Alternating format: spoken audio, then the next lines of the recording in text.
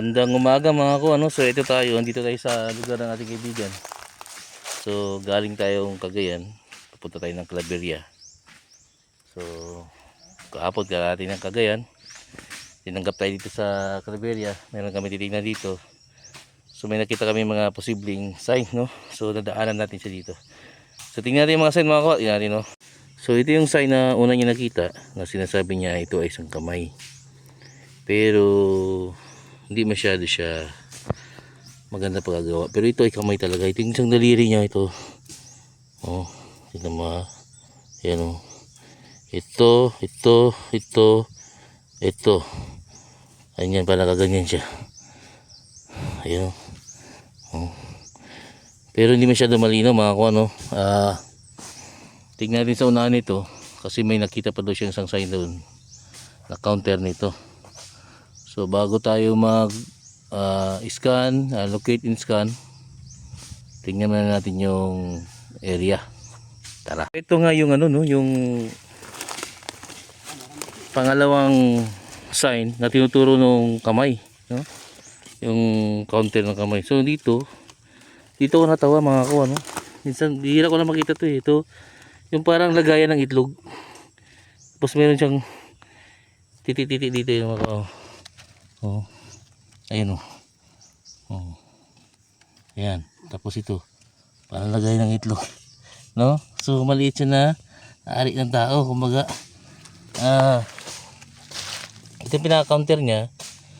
Tapos dito sa taas may pa-cross, ayan oh. Yung pa-cross na yan. Tapos may short distance na paa ito. So yung pa-cross na yan ang nagbibigay ng kahulugan kung saan nakalagay yung item o paano nilagay. Pero yung titi na yan na maliit, ibig sabihin nakaturo dyan sa cross. Diyan tayo mag-uumpisa kung saan naman yung pwede natin tingnan. Ayos. So yun mga kuha, no, ang sign dito ay possible na nandito lang din yung item. Kasi dito sa lugar na ito mga kuha, ang area, kapag kung saan yung sign, nandun hindi sa malapit yung nakalagay. Sa sobrang daming nakalagay dito mga kuha, hindi mo malaman kung paano mo malaman na yung right treasure site. Pero sila dito ay hindi malinaw yung sign pero nakakakuha sila. So sa tabing ano lang, sa tabing 500 meters. daan lang, tabing lupain lang ito makakuha. 500 meters daw galing ito ay may posibleng nakakuha. So hindi pa natin sinasabi nakakuha siya, pero malalaman natin sa pamumuhay nila na sila ay nakakuha talaga. Sikretong nagbebenta sila, kaya sila yung mayaman. No, meron ba talagang tao na ang kabuhayan ay magsasaka lang, pero grabe yung mga sasakyan niya. So hindi mo masasabi yun na makukuha niya lang yun sa lupa niya. So, posible siyang yayaman, no? Pero hindi yung mabilis, no? Hindi yung nakakabili siya kagad ng maraming lupain. So malapit lang ito mga kuha, no, dito sa site na yon. So 500 meters galing dito, baka mamaya mayroon din dito. So may sign naman, so titingnan natin. Wala namang masama pag titingnan eh. Ayos. So yun mga kuha, no, nakita natin sa ating pag-scan, katabi niya ang tubig.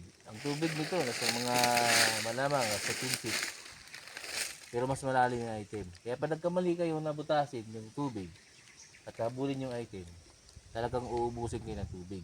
Pero sa totoo lang mga ano, bundok ito. Paano nagkaroon ng tubig dito? So ginawa ng mga hapon yan, gumawa mo na sila ng parang space na tangke.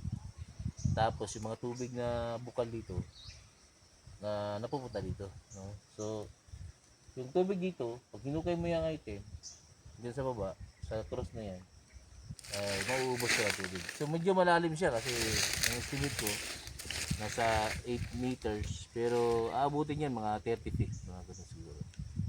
So, mas mababa pa, mas madadagdagan pa. Pero yan mga ako ano, ang average niya is 232 percentage ang taas ng metal o precious metal niya na nakikita dyan. So hindi ko yung sinasabi dahil hindi ko hula-hula ko.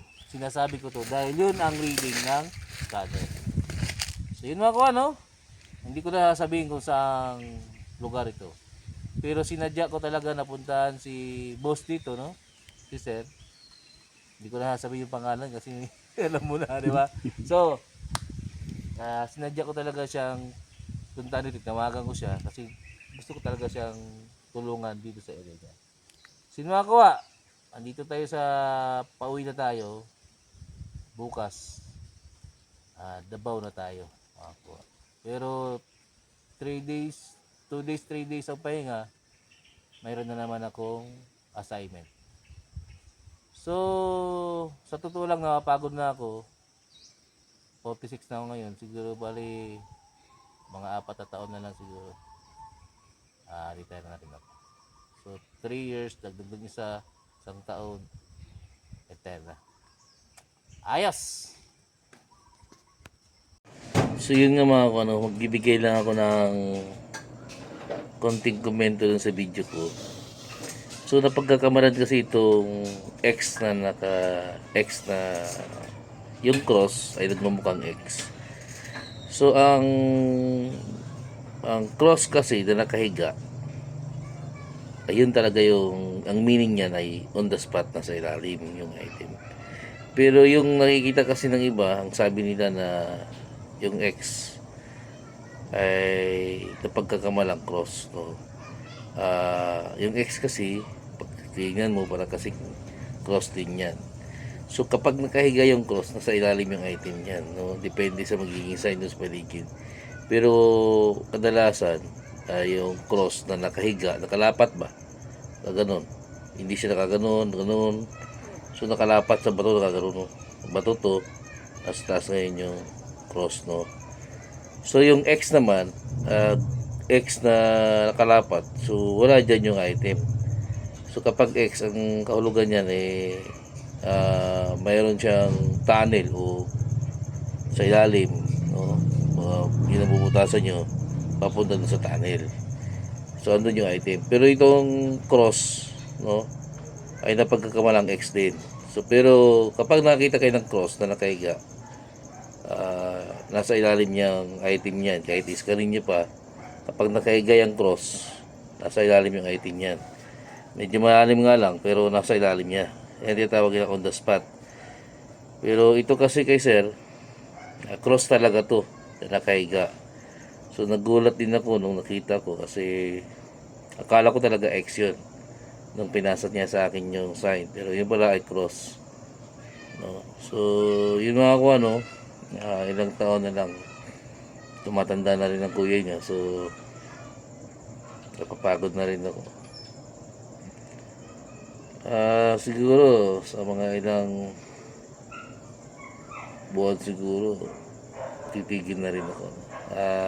May iba na yung vlog natin, doon na tayo sa mga simple na lang, kasi napapagod na talaga akong umalis, mag adventure ng matindi. So hindi na kaya, no?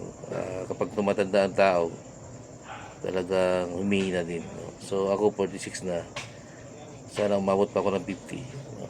So yun ang pinakabanda sa pag-vlog natin. Sino ako, ano, magandang gabi at mag-ingat po kayo.